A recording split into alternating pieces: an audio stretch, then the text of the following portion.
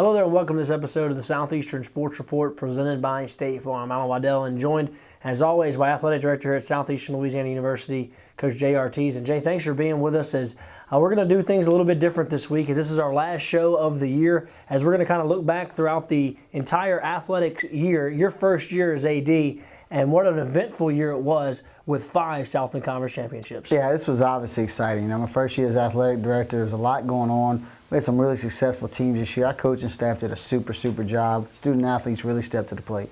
Well, I know obviously when you look back, you want to look at everything collectively and as a whole, and for your first year, kind of give us a grade on this year. I give it A+. I think winning 5 conference championships, first time in school history that's been done. Everybody did a great job. Like I said, it starts from the student athletes to the support staff we have here to the coaches, everybody pitching in. And that's what it's about, and that's what it takes to win. You need a whole culture. You need everybody in Lion Nation to be a part of it. The most championships Southeastern ever won in a calendar year was 3. Southeastern nearly doubled that this year with 5 Southland Conference championships. The most recent championship and most recent trophy to put in the trophy case is baseball, as they just won the Southland Conference tournament. Let's take a look. Jamison Fisher will get hit by a pitch here, so now you have runners at the corners with nobody out in the first inning. You're cooking with something that gets a very good arm. Yeah, we did. We had a very good arm. They had a very good arm going to mound. He was 10-1, Schlitter was, and I had some opportunities here to score even more runs, but we get the wild pitch here again because we're trying to put pressure on them. We're running, and you can see how aggressive we were running the bases. Fisher goes always from first to third, and now we got to run at third, nobody out. Unfortunately, we didn't have the ABs we needed to here to get a run in, but at least get the one and turn it over to Tate Ciano. Tate Ciano was good once again in this ball game, as just attacked the Bryant hitters. A very good offensive club from Bryant. And Tate just continued to pound the zone. Yeah, did a fantastic job of with his fastball of dominating the zone. And also you can see here, this is when he's really special, is when he gets that changeup going and the secondary stuff going. As you saw in the regional or the conference championship game, he just dominated with fastball, but you saw a nice changeup there to the 3-hole. Here was a big sequence as well. First and second, nobody out for Bryant. A great play by Fisher behind the plate.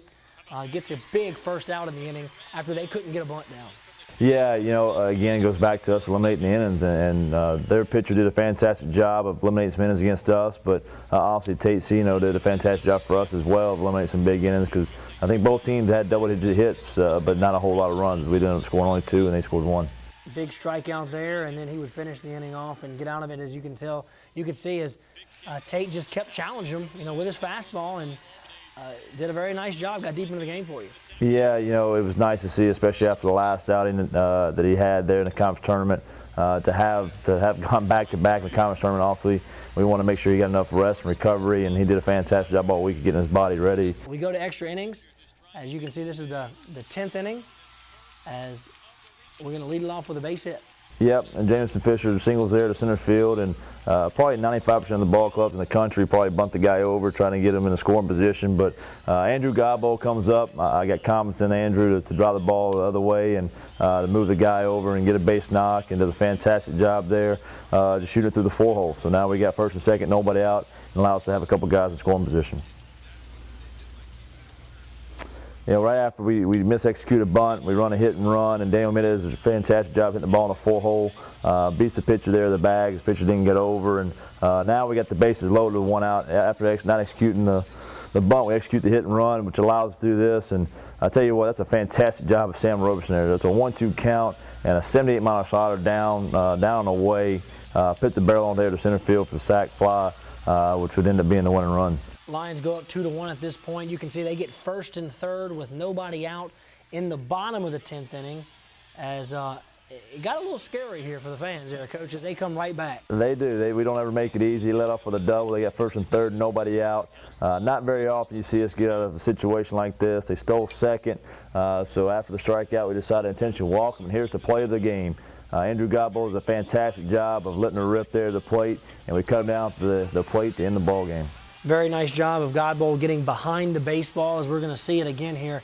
Gets behind the baseball, comes through it. I'll tell you, where I was sitting in the stands, had a straight-on view of the throw. Looked like it might have came out a little bit high, but it really had backspin on it and had a nice throw to Fisher, who made a very athletic play for a catcher. Yeah, he really did. Like you said, we were kind of right on line watching fly the baseball, hoping he would wouldn't overthrow it. But Jameson does a fantastic job of adjusting to it. Goes and gets the baseball, and then like that tough catcher he does, he goes in there for the tag with his head down, and we end the ball game there. And only the second win in Southeastern history in regionals. Coach, first of all, the Lions ran through the Southland Conference tournament, winning that, and then had the opportunity to go and play in the NCAA regionals. Just a really special time at the end of the year for Coach Matt Rogers' club. No question. I tell you what, Matt had them playing our best baseball at the end of the season. We really rolled through that conference tournament.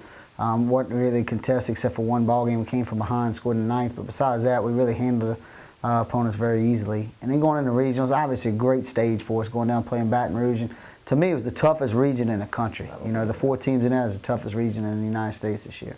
I don't think there's any doubt Southeastern with a big victory over Bryant. And one cool thing is, in back-to-back weeks, Southeastern was featured in the top 10 plays on SportsCenter. We saw Kendall Menards play against Central Arkansas, and then Andrew Godbold's throw to double up and end the game against Bryant. Yeah, you know, that's something you can't pay for. I mean, the advertising, the marketing we got as a university, being on ESPN, being on our top 10 plays, being on national news, you know, the social media, the recognition we got because of the success we've had in baseball was amazing. One other comment I want to get you to make is the support over in Baton Rouge was tremendous by Southeastern fans. No question. You know, Lion Nation stepped up. We actually sold more tickets than the University of Houston and Bryant University combined. And I tell you what, you got to tip your hat to our fans for that one. No doubt about it. Southeastern really stepped up. The fan base was tremendous over in Baton Rouge. The first trophy Southeastern won this year was actually back in November as soccer took care of business. Let's take a look. A showdown for the Southland Conference Tournament Championship and a trip to the NCAA tournament against Stephen F. Austin. And Hope Sabadash, the freshman of the year and the ultimate tournament MVP,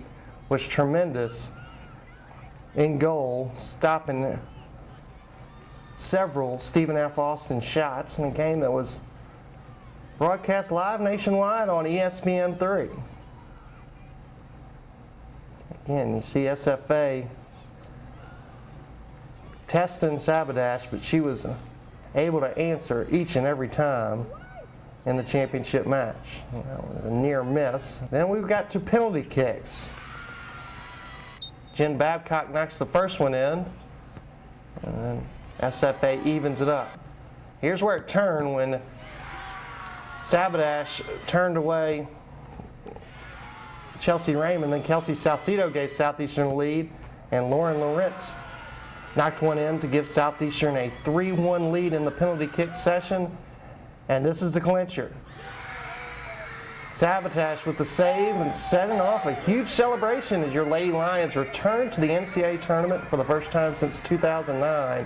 All right, Coach, obviously that victory against Stephen F. Austin is what got the championships kind of rolling. Blake Cornbuckle's program has always done a tremendous job. They're very consistent, and they're your Southland Conference champs. Girls did a great job. I tell you what, watching Hope and that goal when we won the championship, she jumped up and lined up. Yeah. That gave me goosebumps. I tell you what, it was awesome. No doubt about it. Let's take a break. When we come back, we're going to walk you through the rest of the championships right here on the Southeastern Sports Report, presented by State Farm.